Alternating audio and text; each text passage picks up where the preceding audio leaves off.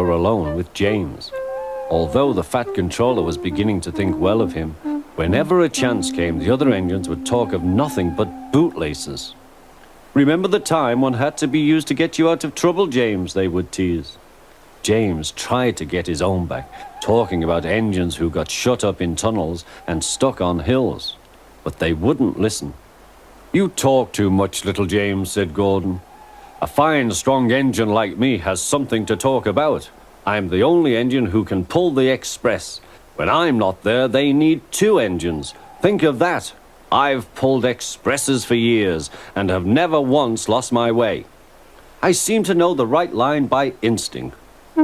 Every wise engine knows, of course, that the signalman works the points to make engines run on the right lines, but Gordon was so proud he had forgotten.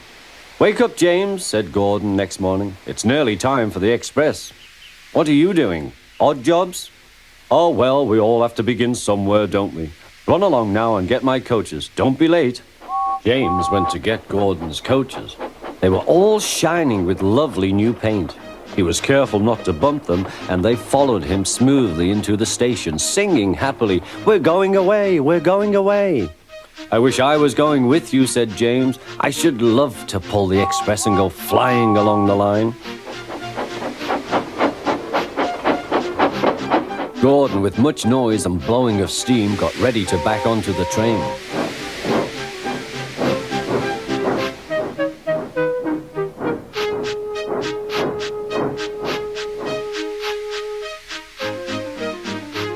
The Fat Controller was on the train with other important people, and as soon as they heard the guard's whistle, Gordon started.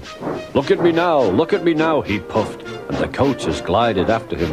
"Poop, poop, poop, poop, poop. Goodbye, little James. See you tomorrow." James watched the train disappear and then went back to work. He pushed some trucks into their proper sidings and went to fetch the coaches for another train. James had just brought the coaches to the platform when he heard a mournful noise.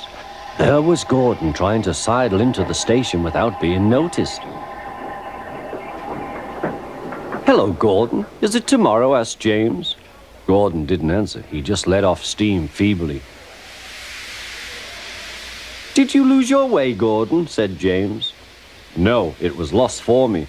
I was switched off the main line onto the loop. I had to go all round and back again." "Perhaps it was instinct," said James.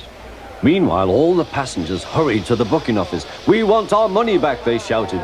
But the Fat Controller climbed on a trolley and blew the guard's whistle, so loudly that they all stopped to look at him.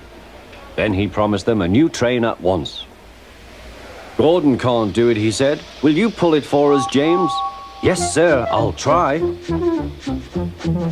So James was coupled on and everyone got in. "Do your best, James," said the Fat Controller. Come along, puffed James.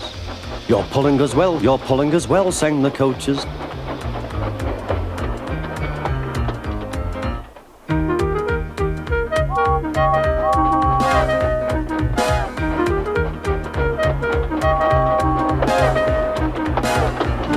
Bridges and stations flashed by, the passengers cheered, and they soon reached the station. Everyone said thank you to James, and the Fat Controller was very impressed. "Well done," he said. "Would you like to pull the express sometimes?" "Yes, please," answered James. Next day, when James came by, Gordon was pushing trucks. "I like some quiet work for a change," he said. "I'm teaching these trucks manners.